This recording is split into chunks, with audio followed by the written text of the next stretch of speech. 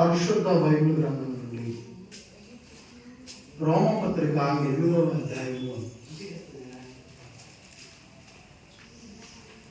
మొదటి వచనం నుంచి మనం ధ్యానం చేద్దాం. ఇప్పుడున్న పరిస్థితులను బట్టి మనము ఆదికాండం కొన్ని పుస్తకాలు వర్షం యొక్క ప్రభావాన్ని గురించి నేర్పిస్తాను. ఆల్రెడీ నేను ఆదికాండాన్ని బోధించేటప్పుడు నవాబ్ గారు జీవిస్తున్నటువంటి ఆ కాలంలో వర్షము ఏ విధంగా ప్రారంభమైందని దేవుడు చెప్పాడు. ఆ తర్వాత ఆ ప్రజలు దేవుడు చెప్పినా కూడా ఆ ప్రజలు ఎంత మాత్రం ఆయన మాట వినని సందర్భాలు మీకు చెప్పాను. ఎందుకంటే మీకు చాలా విషయాలు నేను ఆల్రెడీ ముందే నేర్పించున్నాను కనుక దయచేసి ఈ రోజున్న పరిస్థితులను చూసి నవాబ్ గారి కాలంలో ఉన్నటువంటి పరిస్థితులు ఒకసారి జ్ఞాపకం చేసుకోండి. మనకి వాస్తవానికి ఈ మన పరిసర ప్రాంతాల్లో డబాటైన వాన అంటారు. పెద్దోళ్ళు డబాట వాన అంటే పెద్ద వాన, పెద్ద పెద్ద చినుకులతో పడింది అని చెప్తుంటారు. వర్షం తుఫాను ప్రారంభమైనటువంటి అప్పటి నుంచి కూడా ఇప్పటికి అలాంటి పెద్ద వాన మనకి దొరికి పడలేదు. పడింది పెద్ద చినుకులతో కూడిన వానే పడలేదు. మనకి ఒక మోస్తారుగా పడతా ఉంది. ఆ చినుకులకే మీరు ఆ అద్దు చూశారో లేదా, కిటికీ ఒక జాన అంటే ఇది ఆ బ్యాటరీ ఇవన్నీ కూడా మునిగిపోయాయి. మన ప్రొజెక్టర్ మునిగిపోయింది. పెట్లో పెడతాం కదా మనం ఇప్పుడు, మొత్తం పెట్టె మునిగిపోయి ప్రొజెక్టర్ మునిగిపోయింది. మరి చాలా వస్తువులు దగ్గర 1,00,000 రూపాయల వరకు కూడా మనకి నష్టం వాటింది. నేను మీటింగ్లో ఇప్పటికే ల్యాప్టాప్ ఇక్కడ పెట్టి వెళ్ళాను. ఆ ల్యాప్టాప్ ఆ మీటింగ్లోనే నాకు బాగోలేదు కదా, కొంచెం అనారోగ్యం పాలైపోయాను. అలాగే ఎట్లానే జరపాలని ఆ మీటింగ్ ఆ బైబిల్ క్లాసులు జరిపించాను. ఇక అక్కడి నుంచి ఆ రోజు ట్రై చేసాము. అబ్బా చూపిద్దాను కొన్ని సాంగ్స్ మీద పెట్టిపోయాను. అది అట్లా పిల్లలు తీసి కొంచెం పైన అందుబాటులో పెట్టారు. లేకుంటే అది ఒక 50,000 రూపాయలు, అది కూడా మునిగిపోయేది. కాబట్టి పిల్లరా, ఈ పరిస్థితులు నేను ఊహించలేదు. ఎప్పుడు కూడా మనకు వస్తే ఆ కింద నేల వరకు వస్తున్నాయి. ఈ గత 2 సంవత్సరాలుగా అవి ఎప్పుడు మనకి చూస్తూనే ఉన్నాం కదా అనుకున్నాను. కానీ ఇంత పెద్ద స్థాయిలో మనం నష్టపోయి దేవుని పనిముట్లు మునిగిపోయే పరిస్థితి వచ్చిందని మేము ఊహించలేదు. అప్పుడు ఉదయం కూడా చూశాను. శనివారం ఉదయం కూడా వచ్చి ఆ మ్యాట్లు అవన్నీ తీశారు. మొత్తం ఇంకా 10 సోదరులు పనిచేశారు.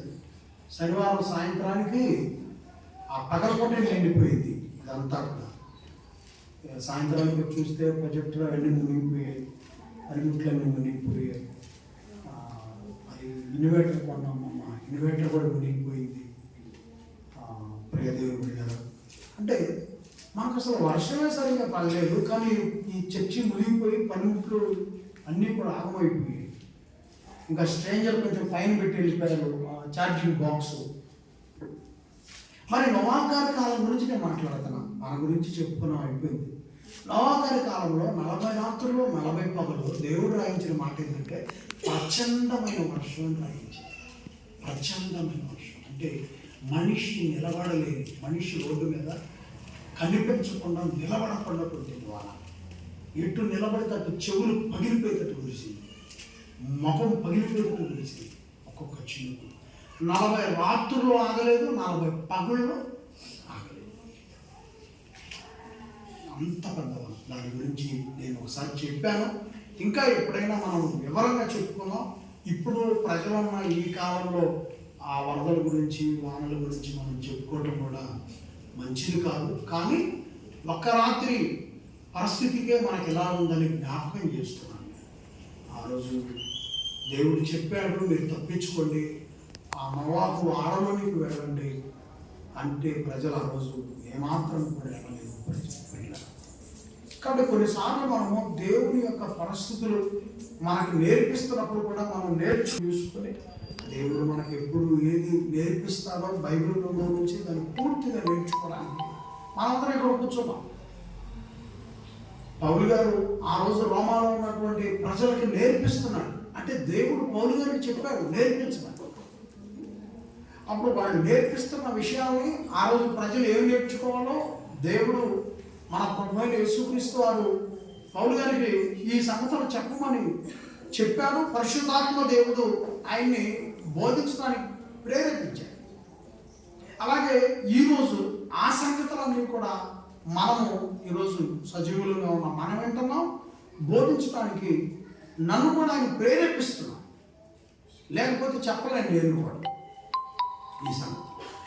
కనుక మనమంతా పరిశీలన చేస్తున్నాం. నా కాడ నుంచి మీ దాకా అందరూ పరిశీలన చేస్తున్నాం. కనుక మరి జాగ్రత్తగా మనం కొన్ని విషయాలు జ్ఞాపకం చేసుకుంటాం.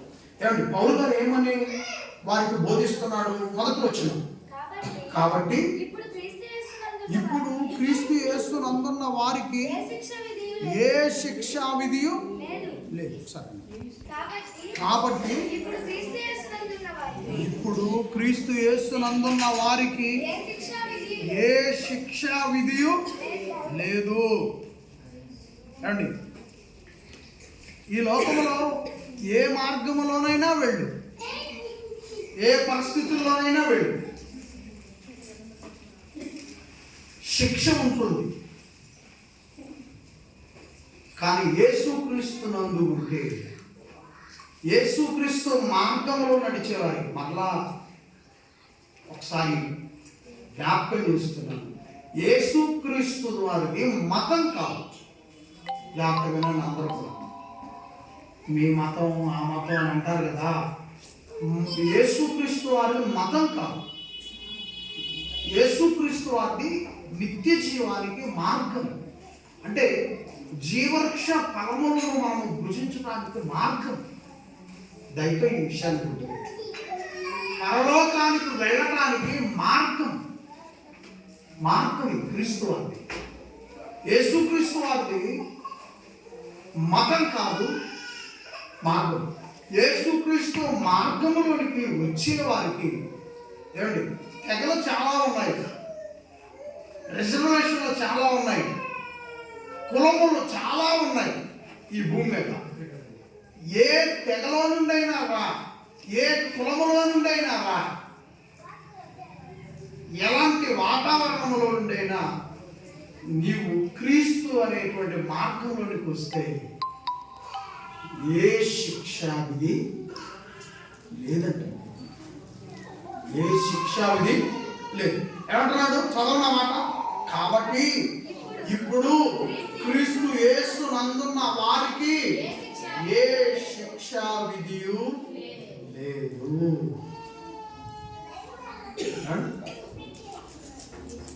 కాబట్టి ప్రియులరా, ఈ మార్గాన్ని మనము అనేకులకు పరిచయం చేయాల్సినటువంటి బాధ్యత ఉన్నది.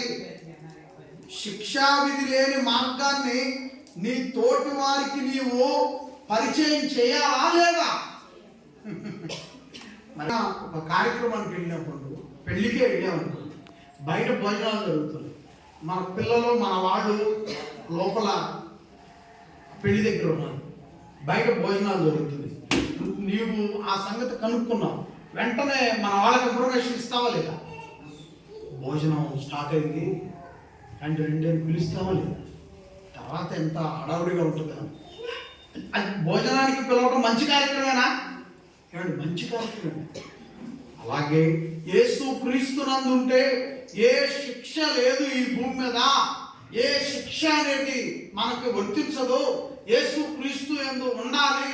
మనము శిక్ష పొందకుండా ఉండాలంటే యేసు క్రీస్తునందు ఉండాలి. ఇది మంచిదా కాదా? ఇట్లా మంచిదని నమ్ముతున్నావు. మనం కూడా మన వారిని ఏ శిక్ష లేనటువంటి క్రీస్తు యొక్క మార్గంలోనికి నడిపించడం ఉత్తమమైందని జ్ఞాపకం చేసుకోండి. ఇంకా ఇలా ఉదాహరణలు చాలా చెప్పగలం. మనకు చాలా వచనాలు ఉన్నాయి కనుక మనము కొనసాగుదాం ముందుకి. రెండవ వచనం, క్రీస్తు యేసునందు జీవమునిచ్చు ఆత్మ యొక్క నియమము పాప మరణముల నుండి నియమము నుండి నన్ను విడిపించాను. దేని నుంచి విడిపించిందంట? యేసుక్రీస్తు యొక్క నియమం, యేసుక్రీస్తు యొక్క ఆ జీవం పాపము నుండి, రెండవ మరణము నుండి. అంటే ఒకసారి మనం ఈ భూమి మీద చనిపోయి మనము పాతి పెట్టబడిన తర్వాత రెండవ మరణం ఉంది. ఆ మరణమే పాతాళములో వేయబడి మంటలలో వేయబడే మరణం. ఆ మరణం నుండి కూడా యేసుక్రీస్తు విడిపించాడు మనం బ్రతికొండగానే. ఆ మరణము నుండి విడిపించడానికి పొందినటువంటి శ్రమలే సిలువ మార్గం. యేసు సిలువను మోయటం, యేసు దేహముపై దెబ్బలు పడటం, ఆయన ఎంతగా బాధపడ్డాడో అన్నీ నేను చాలాసార్లు చెప్పాను. ఎందుకంటే యేసు సిలువనంలోనే నేను ప్రారంభంలో అనేక సార్లు చెప్పిన సంగతులను జ్ఞాపకం చేసుకోండి. ఆయన పొందినటువంటి ఆ మరణం మనల్ని మంటలలో పడే మరణము నుండి విడిపించింది. నిజం ప్రియులారా, మనసారా ఈ విషయాన్ని మీరు నమ్మండి. ఎందుకు యేసు సిలువ ఎందుకు ఎక్కాడు? మన ప్రశ్న వేస్తారు మన సోదరులు, బయట ఉన్న సోదరిమణులు, సహోదరులు మనం అడుగుతారు, యేసు సిలువను ఎందుకు ఆయన మోసాడు? ఆయనే కాపాడుకోలేకపోయాడు కదా అని ఇప్పటికీ కూడా ఆ సిలువ మీద అడిగినట్టుగా ఇప్పటికీ కూడా అడిగేవాడు. మరి ఎక్కువగా ఇంకొక వ్యక్తి అయితే, ఆయన హిందూ కుటుంబాల నుంచి వచ్చిన వ్యక్తి, అతని పేరు రాధా మనోహర్ దాస్. అతని పేరు చాలా పెద్ద వయస్కుడు, 50-60 సంవత్సరాలు దాకా ఉన్నాయనుకుంటాడు. అతను అంటాడు, యేసు సిలువలో 3 మేకులు పీక్కోలేకపోయాడు అంటున్నాడు. రెండు చేతుల్లో 2 మేకులు, 2 కాళ్ళు కలిపి ఒక మేకు కొట్టారు, 3 మేకులు. యేసు సిలువలో 3 మేకులు పీక్కోలేనోడని యూట్యూబ్లో పబ్లిక్గా మాట్లాడు. యేసు సిలువలో ఆ త్యాగం చేస్తే అతను కూడా ఏమైపోతాడు? అతని కోసం కూడా యేసు ఆ మేకులు తీసుకోలేదు. మన కోసం యేసు ఆ మేకుల్ని తీయలేదు. లేకపోతే అసలు యేసుకు మేకులు ఆ చేతిలో దింపేవాడే ఉండడు అసలు ఆయనకి. కానీ ఎందుకు ఆయన మౌని అయి ఉన్నాడంటే, ఇదిగో మనందరికీ ఏ శిక్ష ఉండకూడదని, ఏ శిక్ష మన మీద ఉండకూడదని ఆయన ఆ సిలువ త్యాగాన్ని భరించాడు. వాళ్ళకి అది అర్థం కావట్లేదు. ప్రజలంతా యేసు వైపు వస్తున్నారని ఈ విధంగా వక్రీకరించి ఆ డైలాగులు మాట్లాడతారు. వీళ్ళరా గమనించండి. మనల్ని కూడా అడుగుతారు, మన దగ్గర కూడా వస్తారు. మీ తాత ఏదని అడుగుతాడు, మీ నాయన ఏదని అడుగుతాడు. మన ధర్మం అట్లా మనం అలాంటి ప్రదేశం నుంచి వచ్చిన వాళ్ళం, ఈరోజు ఎందుకు ఈ దారి పెట్టామని అడుగుతారు. నిన్ను మరలా తీసుకువెళ్ళి ఆ పాత జీవితంలో కలపాలని ఎంతోమంది బయలుదేరతాం. ఒక్కసారి నిలబడిన వాడు పడిపోకుండా ఉండునట్లు చూసుకోమన్నాడు. ఎప్పటికీ కూడా ఇతరులు ఎంతోమంది సేవకులు వచ్చి మీ గుమ్మం తట్టిన సత్యం అనేటువంటి సేవకుడు పంపించకుండా గిన్నెడు మంచినీళ్ళు కూడా ఇవ్వబాకండి, ఆతిథ్యం ఇవ్వబాకండి, మీ ఇంటి లోపలకు ఆహ్వానించబాకండి. సత్యం అనే సేవకుడు పంపించకుండా చిన్నవాడినైనా పెద్దవాడినైనా సరే. ఎందుకంటే నిలబడిన నీ స్థితిని పడగొట్టే వాళ్ళు అయిపోయారు. ఇదే బైబిల్ పట్టుకొని వస్తున్నారు. మరలా యేసుక్రీస్తు శిక్షకి నువ్వు కారుకురాలు అయిపోయేటట్లు, శిక్ష పొందేటట్లు, ఏ శిక్షా విధి లేకుండా నేను తయారు చేస్తుంటే అనేక శిక్షల పాలైపోయేటట్లు ఎంతోమంది బైబిల్ పట్టుకొని వచ్చి మనస్సుని, హృదయాన్ని గలిబిలి చేస్తున్నారు. కాబట్టి పిల్లరా, ఈ సహవాసమందు నిలబడి ఉంది. ఈ సహవాసమందు నీవు ప్రవర్తనలోను, నేను చెప్పాను 4 సందర్భాలు ఎప్పుడు చెప్తూనే ఉంటాను, ఇక మళ్ళీ నేను చెప్పలేను. ఆ స్థితిలో నీ యొక్క జీవితాన్ని భద్రపరుచుకుంటే సూపర్. ఈ రాజ్యము చాలు మనల్ని పరలోక రాజ్యానికి చేర్చడానికి. చప్పట్లు పట్టండి అందరూ. పెద్దగా చప్పట్లు పట్టండి. ఎంతోమంది టీవీలో కోట్ వేసుకొని లైట్ వేసి కెమెరాలు పెట్టి అద్భుతమైన ప్రసంగాలు ప్రసంగిస్తున్నారు. ఏ ప్రసంగం కూడా నిన్ను ఎక్కడికి చేర్చలేదు. నీవు కరెక్ట్గా ఉంటే ఈ సహవాసమే నిన్ను పరదేశం చేర్చుద్ది. పరదేశం నువ్వు వెళ్ళిపోయావంటే పరలోకానికి ఇంకా కన్ఫర్మ్, దానిలో సమస్య లేదు. అందుకే మనం బోధించేటప్పుడు ఎవరినో మనసులో పెట్టుకొని చెప్తున్నాడు కావాలని ఫీల్ అవ్వకుండా, ఇక్కడ నిలబడ్డప్పుడు పరిశుద్ధాత్మ దేవుడు తప్ప మీరెవరో నాకు గుర్తుకు రారు, మీతో నాకు పని లేదు. నాకున్న పని అంటే ఇక్కడ ఉన్న వాక్యాన్ని మీ హృదయంలో నీకు పంపించడం. ఇంకా అదే పని. ఇంకా అంతకు మించి వేరే గుర్తుకు రాదు. అదే గుర్తు తీసుకోండి వాక్యాన్ని. ఎక్కడి నుంచి విడిపించాడు ఆయన మనల్ని? పాపం నుండి. పాపం ఎప్పటి నుంచి ఉంది? ఎప్పుడైతే నువ్వు పూర్వము ఏ మార్గములో అయితే గతంలో నీవు ఉంటూ వచ్చావో అప్పటి నుండి, నీ ఊహ తెలిసినప్పటి నుండి పాపంలో జీవిస్తావు. ఊహ 13 ఏళ్ళకి స్థిరంగా ఉంటుంది అనుకుందాం. అయినా 13 ఏళ్ళ నుంచి నీకు నచ్చినటువంటి మార్గంలో వెళ్తున్నావు. నీకు నచ్చిన హృదయంలో కలిగింది చూస్తూ. ఈ పాపం ఎప్పటి వరకు? యేసు వద్దకు వచ్చే వరకు. యేసు వద్దకు రాని వాళ్ళు మన పూర్వీకులు ఎంతో మంది.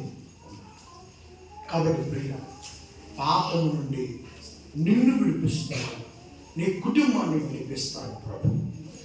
అలాగే రెండవ మరణము నుండి యేసు మనల్ని విడిపిస్తున్నాడు, ఇక్కడే విడిపిస్తున్నాడు. కనుక ఆ రెండవ మరణము నుండి విడిపించడానికి క్రీస్తు బలైనటువంటి సందర్భమే ఆయన యొక్క శరీరం, ఆయన రక్తం. ఇక్కడ పస్కా నడుస్తుంది. ప్రతి ఆదివారం పస్కా నడుస్తుంది. బలైపోయినటువంటి గొర్రె పిల్ల పస్కా నడుస్తూ ఉంది. నీ కొరకు బలైపోయిన పస్కాను ఒకసారి జ్ఞాపకం చేసుకో. క్రీస్తు అనేటువంటి గొర్రె పిల్ల నీ కొరకు నా కొరకు బలైపోయింది సిలువలో. ఎందుకు తెలుసా? మనము రెండవ మరణం అంటే మండుతున్న గుండములో నీకు వెళ్ళకూడదని యేసు ఇప్పుడే మనకి బలియాగం మన కొరకై చేశాడు. అది జ్ఞాపకం చేసుకో.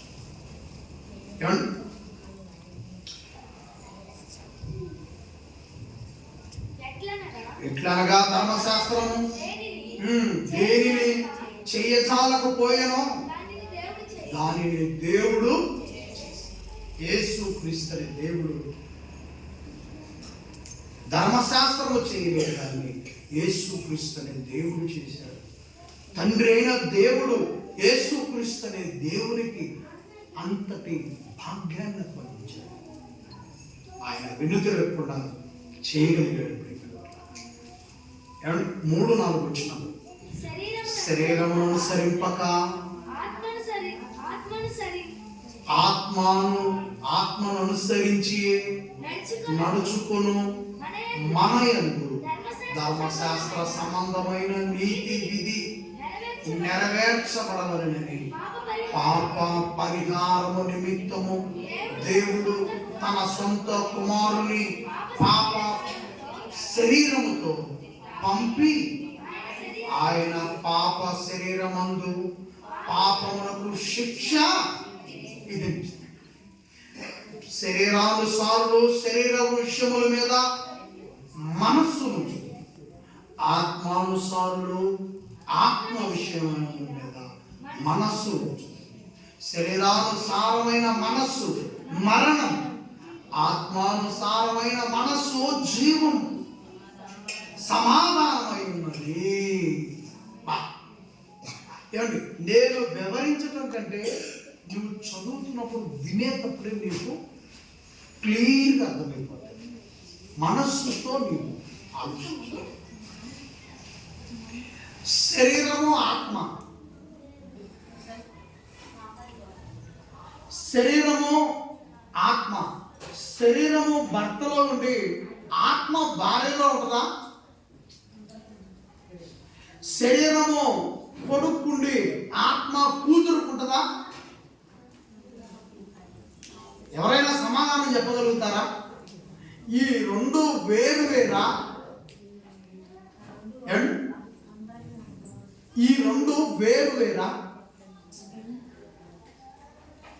కాదు.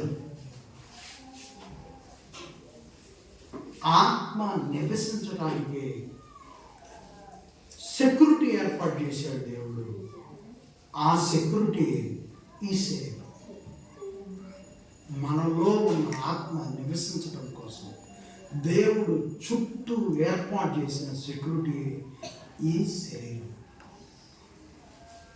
ఇప్పుడు ఫైటింగ్ మనం అనుకుంటున్నాం, హమాస్కి ఇజ్రాయేలీలకి, హిజ్బుల్లాకి ఇజ్రాయేలీలకి, రష్యాకి ఉక్రెయిన్కి, బంగ్లాదేశ్కి, వాళ్ళ ప్రధాని మన ఇండియాలో ఉంటుంది, వాళ్ళకి జరుగుతుంది యుద్ధం అనుకుంటున్నాం. వాళ్ళకి కదా గొడవలు అయితే అనుకుంటున్నాం. ఆ ఇంటి వాళ్ళకి ఈ ఇంటి వాళ్ళకి కదా గొడవలు అయితే అనుకుంటున్నాం. ఆ ఇంటి వాళ్ళకి మా ఇంటికి మాకు నచ్చదు, మేము వాళ్ళకి నచ్చం, వాళ్ళు మాకు నచ్చరు అనుకుంటున్నాం. ఇప్పుడు అసలు విషయానికి రండి.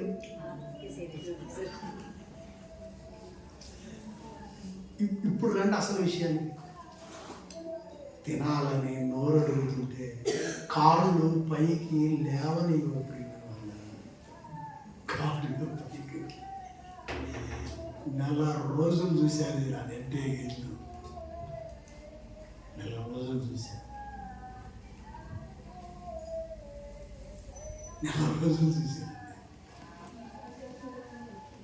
కాబట్టి మనం అనుకుంటాం మనకి ఏదో మా వాళ్ళు మాకు ఆయాలు పిల్లనిచ్చారు కానీ అంతతో కట్ అయిపోయింది వాళ్ళకి మాకు. నేను పాలన చేసుకున్నా కానీ కట్ అయిపోయింది వాళ్ళకి మాకు అంతవరకే. అసలు మా ఇంటి గడప కూడా వాళ్ళు తొక్కడానికి వీలు లేదనుకుంటాం. రోషం, అనేకమైనటువంటి రోషాలు ఈ భూమి మీద మనకు కనపడుతున్నాయి. కానీ అసలు విషయం బైబిల్ చెప్తుంది. అసలు విషయం బైబిల్ చెప్తుంది. బైబిల్లో వింటున్నాం మనం. దేవుని బిడ్డలు, దేవుడిచ్చే జ్ఞానాన్ని నేర్చుకునేవాళ్ళం. మనము చాలా తెలివిగా ఉండాలి. పూర్తి వివరం చెప్తున్నాడు. నేను చదువుతున్నాను, మీరు ఎవరు చదవకుండా గమనించండి. శరీరము అనుసరింపక ఆత్మను అనుసరించి నడుచుకును. మనమందరము ధర్మశాస్త్ర సంబంధమైన నీతి విధి నెరవేర్చబడాలని పాప పరిహారము నిమిత్తము దేవుడు తన సొంత కుమారుని మనకు పాప పరిహారం పరిహారము నిమిత్తము దేవుడు తన సొంత పాప శరీరాకారముతో పంపి ఆయన శరీరమందు పాపము మనకు శిక్ష విధించింది. యేసుక్రీస్తు శరీరం ద్వారా మనం చేసిన పాపాలకు శిక్ష వేశాడంట దేవుడు. మన పాపం చేశాడు, మన పాపాలకు అసలు శిక్ష పడుతుంది. ఉదాహరణకి పిల్లవాడు 1, 2, 3, 4, 5, 6 పిల్లలు, 5 పిల్లలు ఉన్నారు. వీళ్ళలో ఒకరు 100 రూపాయలు తీశారు. పెద్దవాడిని నేనే అనుకున్నాను, నాకే తీయాలనిపించింది. బయట అవసరాలు నాకు తెలిసింది, తీసేసి. ఇప్పుడు అమ్మ చూడాల, నాన్న చూడాల, మీటింగ్ వేశాడు. అందరూ కూర్చోబెట్టి మీటింగ్ వేశాడు. మర్యాదగా చెప్పండి, ప్రేమ ఉంటే కొని పెడతా, పాపం వస్తే కాళ్ళు ఎరగొడతా. ప్రేమ వస్తే కొని పెడతా, పాపం వస్తే మర్యాద చెప్పడం. ఇక ఖచ్చితంగా వరికి ఎప్పుడుకో కాసేపటికి నేనే తీసేయాలి. అప్పుడు శిక్ష ఒకరికైనా అందరికా? తీసిన వాడికి ఒక క్షమించానా ఎప్పుడు చేయబాకయ్యా, తప్పదని నేర్పుకుంటాం. ఇంక చేయబాక ప్రేమతో నేర్పుకుంటాం. ఇది తప్పు నాన్న, ఎప్పుడు అంటుకోబాకలాగా అని మనం నేర్చుకుంటాం. లేదా ఒకవేళ ఏదైనా మందలించాలనుకుంటే కొంచెం గదిమో ఏదో ఒకటి అతన్ని బయట. ఇప్పుడు ఆ శిక్ష తప్పు చేసిన వ్యక్తికే కదా. మరి ఇప్పుడు మనం అంతా కూడా చాలా రకాలైనటువంటి పొరపాట్లు చేసిన వాళ్ళం కదా. మరి మన తప్పుకి శిక్ష మనమే భరించాలి కదా. కానీ దేవుడు ఎంత ప్రేమ కలిగిన వాడో ఒకసారి మీరు మనస్సుతో ఆలోచించుకోండి.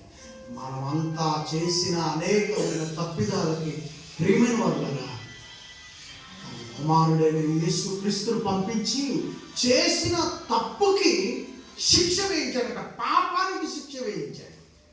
పాపానికి శిక్ష వేసి మనం వదిలేసి పరలోకంలో ఉంది మనకు కనిపించదు. కానీ తండ్రి ఆయన కనిపించేవాడైతే కౌగిలించుకోవాలనిపిస్తుంది. ఆయన కనిపించాలంటే మనమే పరలోకానికి వెళ్ళాలి. మనం పరలోకానికి వెళితేనే కనిపిస్తాడు. ఇక అప్పుడైనా ఆయన కాళ్ళు కొట్టుకోవచ్చు వెళ్ళి, అప్పుడైనా ఆయన పాద సన్నిధిలో ఉండి మనం ఆయన పాదాలను ముద్దు పెట్టుకోవచ్చు. అంతటి ప్రేమ ఉంది మన తండ్రి. ఇప్పుడు యేసుక్రీస్తు ఎక్కడైనా మనం మందలించినట్టుగా, ఓ దేవా ఈ పాపం కొరకు ఎందుకయ్యా నన్ను పంపించి నాకు అవమానాలని ఎక్కడన్నా అన్నట్టుందా? బోర్ని ఏడ్చాడు. నెక్స్ట్ మనం చెప్పబోతున్నాం లోకాసువార్త 23వ అధ్యాయంలోకి వస్తున్నాం కదా. ఈ విషయాలన్నీ కూడా ఈ విషయాలే. బోర్ను ఏడ్చాడు యేసు. మనల్ని ఎక్కడ తృణీకరించాడు. ఎవరిని బట్టే తెలుసా? యేసు అంత ప్రేమ ఎవరిని బట్టి చూపించాడు? తండ్రిని బట్టి. తండ్రి కన్నీళ్లు పెడుతున్నాడు మన గురించి. నా తండ్రి నేను కన్నీళ్లు పెట్టొద్దు, నేను సరి చేసి వస్తాను.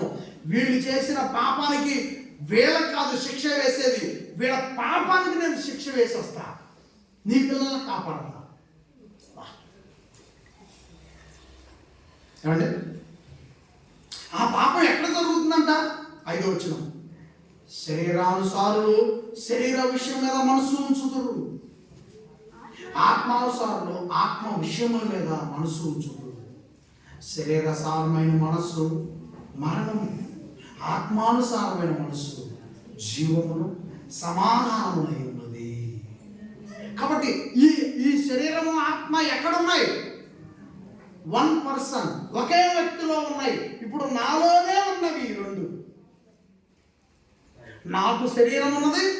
ఈ శరీరమును కదిలించుటకు, ఈ శరీరమును పనిచేయించుటకు శక్తి ఏమై ఉన్నది? ఆత్మ. ఆత్మ.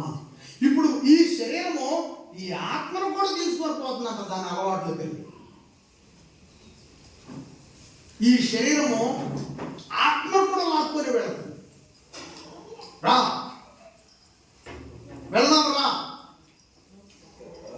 ఉదయాన్నే నేను మనకు తెలిసిన ఒక వ్యక్తి ఉన్నాడు, అతని పేరు చెప్పకూడదు కానీ, ఉదయాన్నే లేచి పిజులో చల్లటి నీళ్ళు ఇది నిద్ర లేకపోవటం దుప్పటాడేయంలో వెంటనే కింద కూర్చుంటాడు. కింద కూర్చొని పిజులో నీళ్లు, ఐస్ గడ్డ పెట్టుకుంటాడు, ఐస్ మందు. రాత్రి దేవుడి కింద పెట్టుకుంటాడు, మందు తెచ్చుకోడు రాత్రి. ఇలా అచ్చిపేట వెళ్ళాను. ఉదయాన్నే ఎంతో మంది టిఫిన్ తెచ్చుకొని, నేను ఇప్పుడు వస్తూ ఉంటే ఆ రోడ్డు నేను చూస్తూ ఉంటాను. ఇడ్లీ ఒక పక్క, మందు ఒక పక్క, మందు తాగుతూ టిఫిన్ చేస్తున్నారు. అసలు మందు మీకు మహిళలకు చాలా మంది తెలియదులే, కొంతమంది తెలుసు. మందు చేదండి, గట్టికి చేదు. మరి ఈ చట్నీకి, ఆ ఇడ్లీకి, ఈ చేదుకి చూసారా శరీరం ఎట్లా లాక్కొని పోతుందో చూసారా. ఇంకొక మాట చెప్తాను, శరీరం గురించి ఇంకొక మాట చెప్తాను. అపార్థంగా కాదు,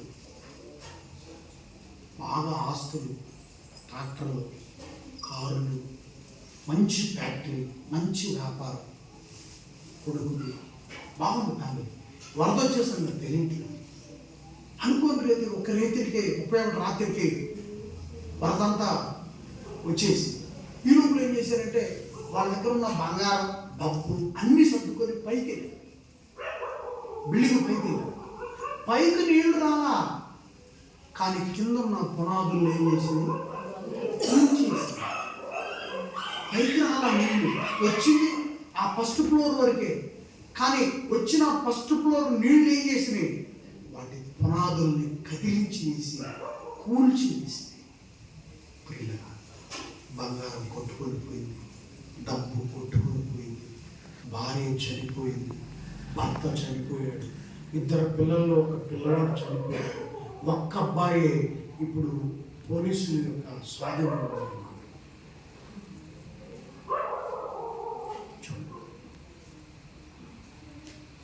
కాబట్టి పిల్లలు ఒకసారి ఆలోచించండి.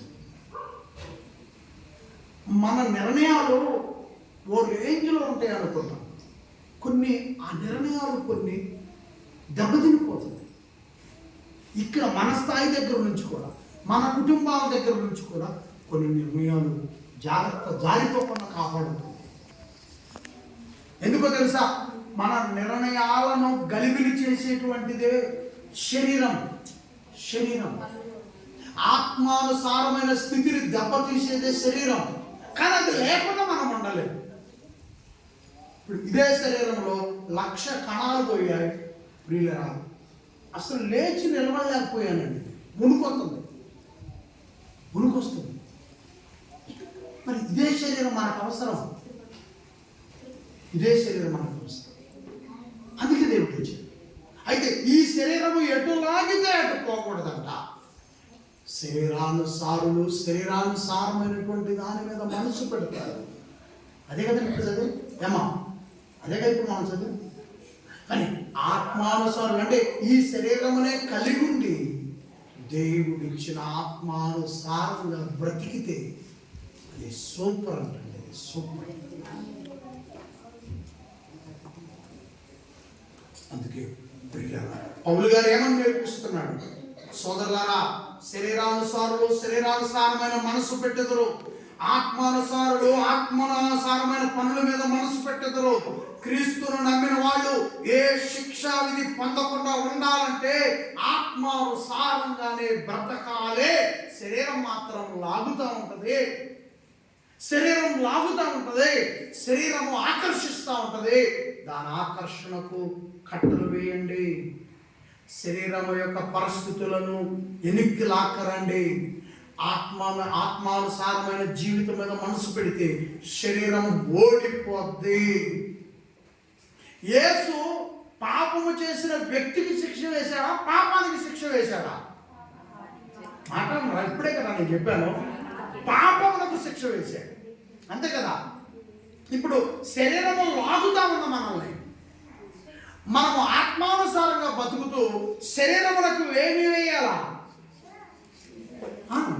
అంటున్నారు మీరు. ఈ శరీరములకు ఏమి వేయాలా? శిక్ష వేయాలా? ఇప్పుడు యేసు మనకు శిక్ష వేశాడా, పాపానికి శిక్ష వేశాడా? పాపములకు శిక్ష వేశాడు కదా, మనం ఏం చేయలేదు కదా. అలాగే మనము ఆత్మానుసారంగా జీవిస్తున్నాం కాబట్టి మన ఆత్మకు దెబ్బ కలిగే ఈ శరీర ఆలోచనలు, మన ఆత్మకు శిక్ష పడే ఈ శరీర ఆలోచనలు ఏం చేయాలి? శిక్ష వేయాలి. అంటే కత్తిపేట తీసుకొని కొట్టే ఇంటికి పోయి తర్వాత కట్టులు వేయాల్సిన పరిస్థితి వస్తుంది. మరి ఎలా వేయాలి అంటే, ఇది ఏదైతే మనకి అనవసరమైనవి చెబుతుందో వాటిని విడిచిపెట్టి వేయాలి. ఇంకా చాలా చెప్పగలను నేను, కానీ మత్తయి తీసుకొచ్చి పెట్టాడు. రైట్, 7 వచ్చి ఎక్కడ వరకు తీసుకెళ్దామంటే 9 కదా, 10 వరకు తీసుకెళ్దాం. 10 వరకు తీసుకెళ్ళి ముగిద్దాం. చాలా వచనాలు ఉన్నాయి, ఈరోజు చెప్పలేను నేను. 7 వచ్చినమ్మా, 7 వచ్చినాక రైట్.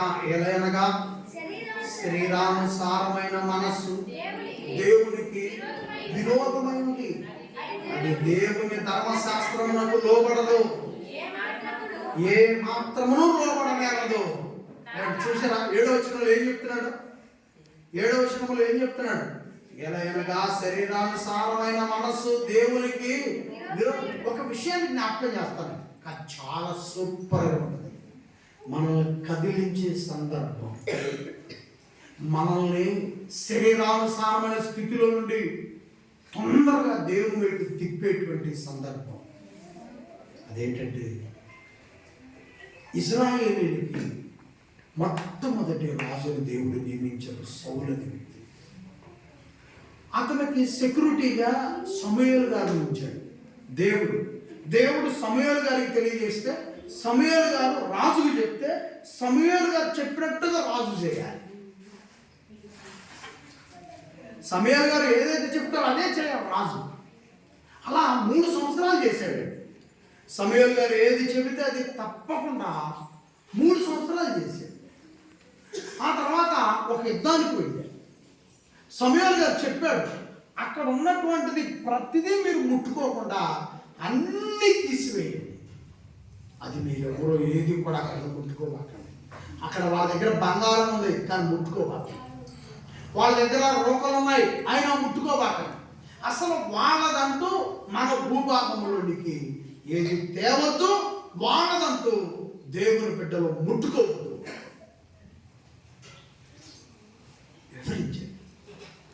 ఒక రోజు అయిపోయింది, 2 రోజులు అయిపోయింది, అలా జరుగుతుంది. ఈ లోపల ఏం చేశాడంటే ఈ కొంతమంది చుట్టూ ఉన్న వాళ్ళు వెళ్ళి, అయ్యా మాకు ఆకలి అవుతుంది, వాళ్ళ బెర్రెలో పండ మీద ఉన్నాయి, భలే ఉన్నాయి, బలిష్టంగా ఉన్నాయి, ఒక్కొక్క పొడేలు పోతూ భలే ఉన్నాయి, మనం వాళ్ళు ఏమి వద్దు వాటి వరకు తీసుకుందాం అనుకున్నాం. చెప్పారో మరి దేనికి ఆలోచన కలిగిందో.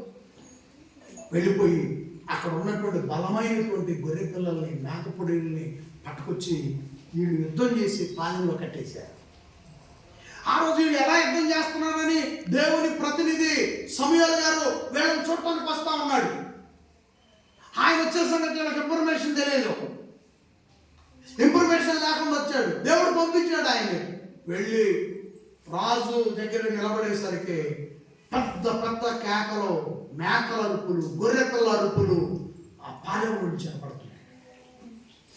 వెంటనే బాధేసి ఏదో తప్పు జరిగిపోయింది, ఏదో పాపం జరుగుతుంది ఇక్కడ అని, సౌలా ఏం చేస్తున్నావు నువ్వు?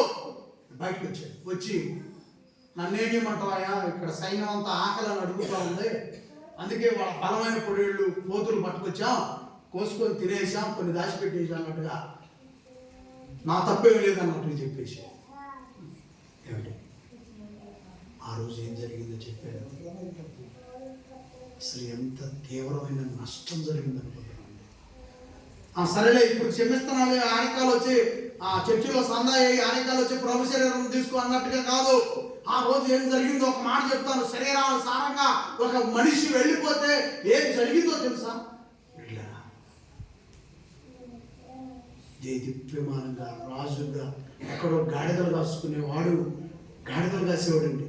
గాడిదలు కాసేవాడిని సైన్యం, రాజు, అతని చుట్టూ ప్రహార, ఇంత హోదా. ఆ రోజు ఏమైందో తెలుసా? దేవుడు ఈ రోజు నుంచి తన దృష్టిలో రాజుగా నిన్ను తొలగించాడు.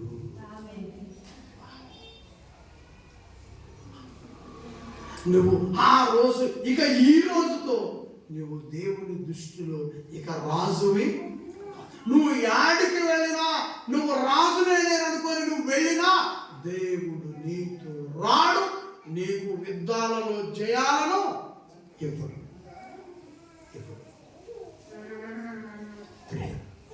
ఇంకెలా చెప్పుకుంటా వెళ్తే నేను చాలా చెప్పగలను బైబిల్లో సంగతులు, కానీ మన ముందు కొన్ని వచనాలు ఉన్నాయి, చాలా సందర్భాలు ఉన్నాయి. ఒక సంసోను గారి జ్ఞాపకం చేసుకుని చాలా సందర్భాలు ఉన్నాయి. శరీరము లాగితే ఈ శరీరము 3, 4, 5 వారం రోజుల తర్వాత ఉబ్బి నేల మీద తేలింది. నోవాహు గారి కాలంలో ఈ శరీరము లాగింది. నోవాహు గారు ఆత్మానుసారంగా నడిచి తన భార్యను ఆత్మానుసారంగా నడుపుకుంటే, తన భార్య నోవాహు గారు భార్య కోడల్ని ఆత్మానుసారంగా నడిపింది.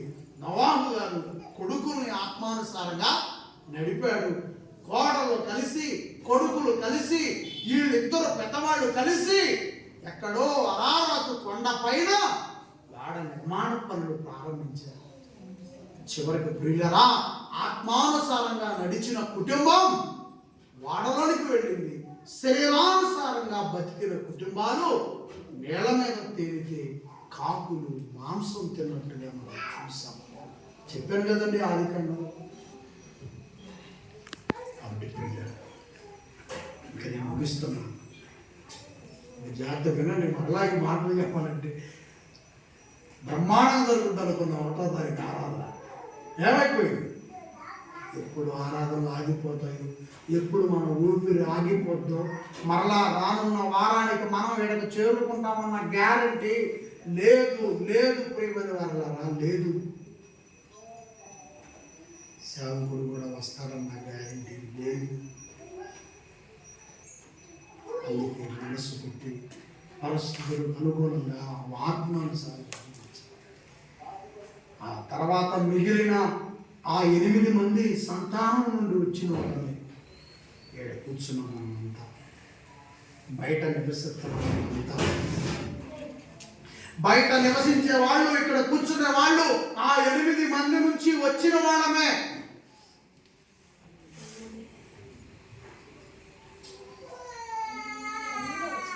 ఎనిమిదో వచనం, కాగా శరీర స్వభావం కలవారు దేవుని సంతోషపరచనేరరు. దేవుని ఆత్మ మీలో నివసించి ఉన్న ఎడల మీరు ఆత్మ స్వభావము కలవారే గాని శరీర స్వభావము కలవారు కారు.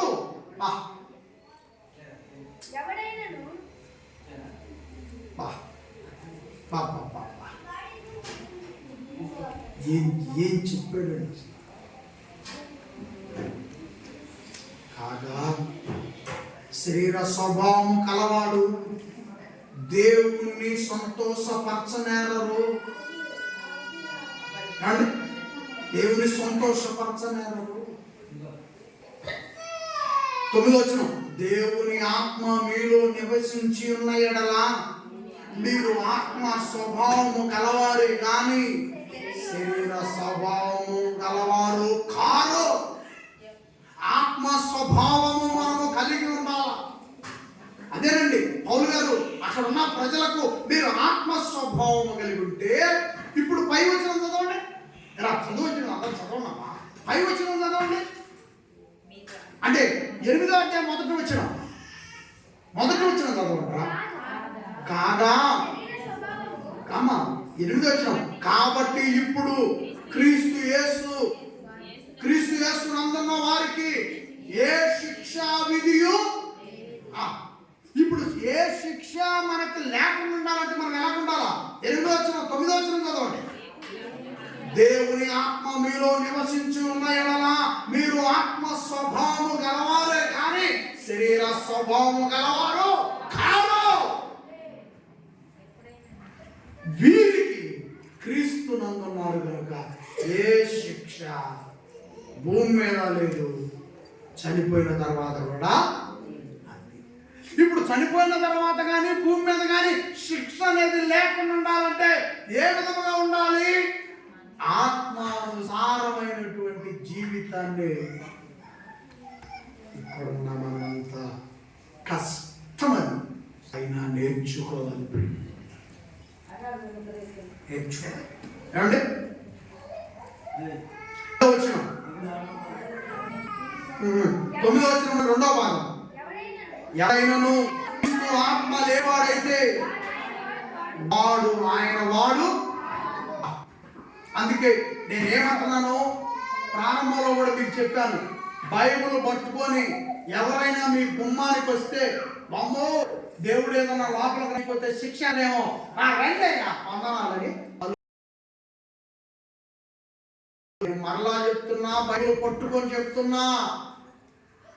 ఎవరైనా బైబిల్ చదువుకొని వస్తే సత్యమే పంపించకుండా తీయొద్దు, లోపల రమ్మనొద్దు, గ్లాసు మంచి నీళ్ళొద్దు, చేతులు ఎత్తి వందనాలు చేయొద్దు. కూడదంటే ఇక నీకు నువ్వు తర్వాత తెచ్చిపెట్టుకునే దానికి నీవే బాధ్యత. అదే చెప్తున్నాడు. ఆనాడు ఉన్నటువంటి సంఘానికి, ఈనాడున్న సంఘానికి ఏమని బోధిస్తున్నాడు ఆయన? 9వ వచనం 2వ భాగం, ఎవడైనను క్రీస్తు ఆత్మ లేనివాడైతే వాడు ఆయన వాడు కాడు. కానీ బైబిల్ ఏముంది? చేతిలో ఏముంది? చేతిలో ఏముంది? బైబిల్ ఉంది. బైబిల్. పలుకుల్లో ఏమున్నాయి? యేసు మాటలే ఉన్నాయి. యేసు మాటలు చెప్పు వాడికి భోజనం దొరుకుతుంది. యేసు మాటలు చెప్పు వాడికి భోజనం దొరుకుతుంది. కనుక యేసు ఆత్మ లేకపోయినా భోజనం కోసం ఏం చేస్తున్నాడు? యేసు పేరు చెప్పి బైబిల్ భుజాన యేసు. అతనికి యేసు ఆత్మ ఉందా అది మీకు తెలియదు. బైబిల్ ఉంది కదా, అతని నోట యేసు మాటలు ఉన్నాయి కదా, అతని మాటలో యేసు మాటలు ఉన్నాయి, చేతిలో బైబిల్ ఉంది. రండి దయ ఉన్నాడు. అమ్మ రమ్మ, తెల్లటి వైట్ చీర కట్టుకుంటే సార్ అమ్మ రమ్మ ఆహ్వానిస్తుంది. అందుకే ఆ రోజుల్లో కూడా ఇలాగే జరుగుతుందంట. అందుకే క్రీస్తు ఆత్మ లేనివాడు మనవాడు. క్రీస్తు ఆత్మ ఉన్నవాడితే నేను పంపిస్తాను మీ దగ్గరికి. పౌలు గారు అదే చెప్తున్నాడు. నేను ఫోన్ చేసి, ఈ రోజుల్లో సత్యం అనేవాడైతే ఫోన్ చేసి చెప్తాడు. ఆ రోజుల్లో పౌలు గారు రావాలి కాలేదనుకో, సత్యమని పంపిస్తున్నాను, తిమోతి అనే వ్యక్తిని పంపిస్తున్నాను. ఇదిగో పౌలు అనే నేను తిమోతి అనే సహోదరుని పంపిస్తున్నా, తీతు అనే సహోదరుని పంపిస్తున్నా. ఏం చేశాడు? చక్కగా రాసి ఒక కాగితం అతని చేతికిచ్చి పంపించాడు, కొన్ని గుర్తులు ఇచ్చి పంపించాడు. ఇప్పుడు సత్యం అనే వ్యక్తి అంటే అవసరమా, పలానా వ్యక్తి వస్తున్నాడు మీ దగ్గరికి, యాత్ర చూసి పంపించని ఫోన్ చేస్తాను. అది కాబట్టి ఆయన అదే అంటున్నాడు, క్రీస్తు ఆత్మ లేనివాడు ఎవడైనా క్రీస్తు ఆత్మ లేనివాడైతే వాడు ఆయన వాడు కాడు. క్రీస్తు 10వ వచనం, క్రీస్తు మీలో ఉన్న ఎడల మీ శరీరము పాప విషయమై మృతమైనది, కానీ మీ ఆత్మ విషయమై జీవము కలిగి ఉన్నదే.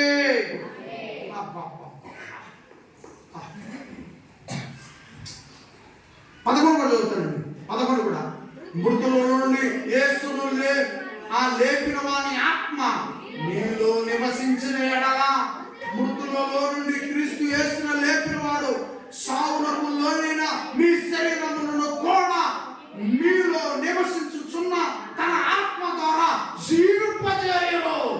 కొట్టు చప్పట్లో చూడబాకు, చప్పట్ల పట్టు తండ్రికి మహిమపరచు.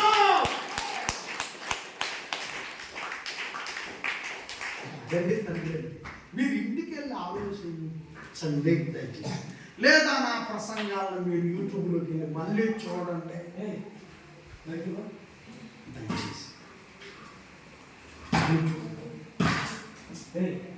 మళ్ళీ 10వ వచనం, క్రీస్తు మీలో ఉన్న ఎడల మీ శరీరం, నేను చదువుతాను, క్రీస్తు మీలో ఉన్న ఎడల మీ శరీరము పాప విషయమై ఏమైపోయిందట? మృతం అంటే మృతమైపోవడం అంటే చచ్చిపోవడం. అంటే మనిషి బతికే ఉన్నాడా? మనిషి బతికే ఉన్న శరీర విషయంలో పాప విషయంలో ఏమైపోవాలంట? చచ్చిపోవాలి. దాని విషయంలో చచ్చిపోవాలి. పాపము అని అంటే బైబిల్ ఏదైతే సపోర్ట్ చేయదో, అంటే బైబిల్ ఏదైతే సమర్థించదో ప్రతిదీ పాపమే. దాని విషయంలో చచ్చిపోవాలి. అదే చెప్తున్నాడు, క్రీస్తు మీలో ఉన్న ఎడల మీ శరీరము పాపం విషయమై మృతమైనదే కానీ మీ ఆత్మ నీతి విషయమై జీవము కలిగింది. కాబట్టి ఆత్మ నీతి విషయమై జీవాన్ని ఇస్తుంది. కాబట్టి మనం ఆత్మానుసారంగా జీవిస్తే మన పనులు కూడా జీవము కలిగినవి ఉంటాయి. అంటే ఇది చేయొచ్చు, తర్వాత నీ పిల్లలు కూడా చేస్తారు. నువ్వు శరీరానుసారమైన ఇప్పుడు చేస్తే నీ తర్వాత వాళ్ళు కూడా చేస్తారు దాన్ని. అంటే నీవు చూపిన దారిలో నీ వాళ్ళు కూడా అదే చెప్తున్నాడు. జాగ్రత్త, జీవము కలిగినవి నేర్పించండి, దేవుడు సమర్థించేవి నేర్పించండి, దేవుడు చెప్పినవి నేర్పించండి. చెప్పినవి నువ్వు చేయి, పిల్లలకు నేర్పించు. 11వ వచనం, మృతులలో నుండి యేసును లేపిన వాని ఆత్మ మీలో నివసించిన ఎడల మృతుల నుండి క్రీస్తు యేసును లేపిన వాడు సావునకు లోనైన మీ శరీరములను కూడా మీలో నివసించుచున్న తన ఆత్మ ద్వారా జీవింపచేయును. ఆమె ఎప్పుడు అందరూ కూడా దేవునికి మహిమ కలుగును గాక. వీళ్ళరా మనం చచ్చిపోయిన దేవుని ఆత్మ మనలో నివసించుచున్నది. చచ్చిపోయిన రోజు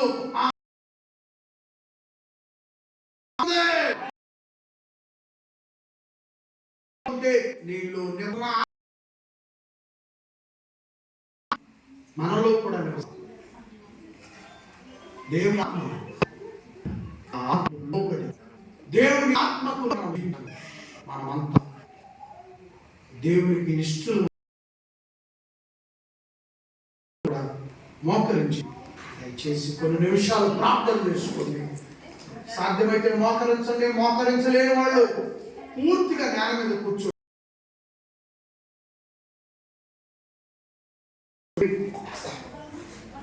అందరూ మా దేవా, కృపా కనికరమ కలిగిన మా తండ్రి, దేవా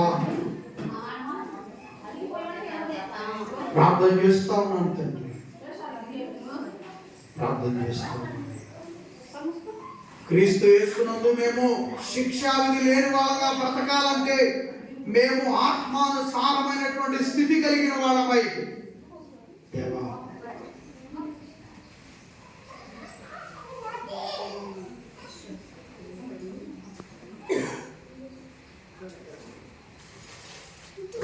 శరీరానుసారమైన మనస్సు దేవునికి విరోధమైనదని, అది దేవుని ధర్మశాస్త్రమునకు లోబడదు, ఎంత మాత్రమును లోబడనేరదని మేము చూస్తా ఉన్నాం. తండ్రి, మా పొరపాట్లు మా తప్పిదాలు ఈ అధ్యాయం ప్రకారం అయితే చాలా ఉన్నాయి. దేవా, ఇక్కడ మీ వాక్యము బోధించినట్లుగా మేము మారటానికి మాకు మనస్సు కలిగించదు నాయన, మాకు మనస్సు కలిగించదు దేవా. ప్రార్థిస్తున్నాయి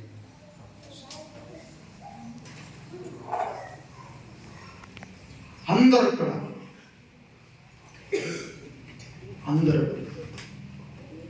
బైబిల్ క్లాసులప్పుడు విపరీతమైన ఎండ, అది ప్రభు రాకడకు సూచనలు. బైబిల్ క్లాసుల తర్వాత మనుషులు మునిగిపోయే వానలు, ఇవి ప్రభు రాకడకు సూచనలే. చెప్పాను కదా, ఋతువులు సక్రమంగా నడవటలేదు. ఏ వాతావరణం ఎప్పుడు ఉండాలో అప్పుడు ఉండటలేదు. ఇవన్నీ యేసు ప్రభు రాకడకు సూచనలు. అప్పుడు మనము శరీరానుసారంగా ఉంటే, ప్రభు రాకడ సూచనలప్పుడే మనము శరీరానుసారంగా ఉంటే మరి మనము తండ్రిని ఎలా చూడగలం?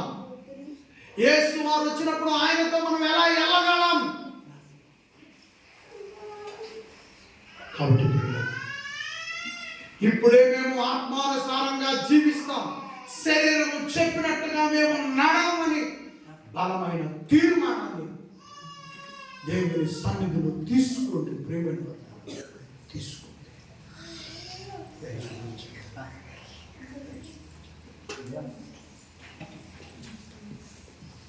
దేవా, మా బ్రతుకుల పైన మీ కుమారుడు దయ ఉంచమని అడగండి. మా బ్రతుకుల పైన, మా పైన, మా పిల్లల పైన మా ప్రభు అయిన యేసు వారి క్షమాపణ మాకు దయచేయండి. తండ్రిని అడగండి. కుమారుడు క్షమాపణ, శరీరానుసారమైన మన బ్రతుకులలో క్షమాపణ దొరుకుతుంది.